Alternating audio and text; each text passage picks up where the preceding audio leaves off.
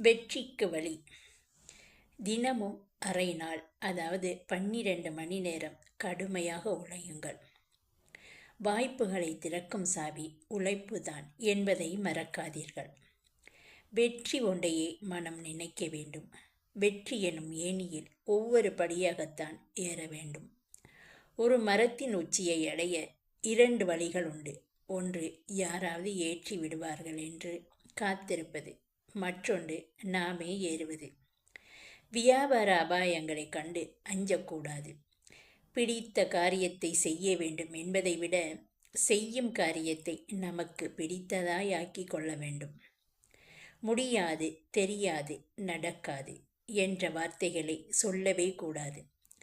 பாதுகாப்பாய் ஒரே இடத்தில் இருப்பது வளர்ச்சிக்கு உதவாது. வெற்றிக்கு தேவை பாதி அதிர்ஷ்டம், பாதி அறிவு.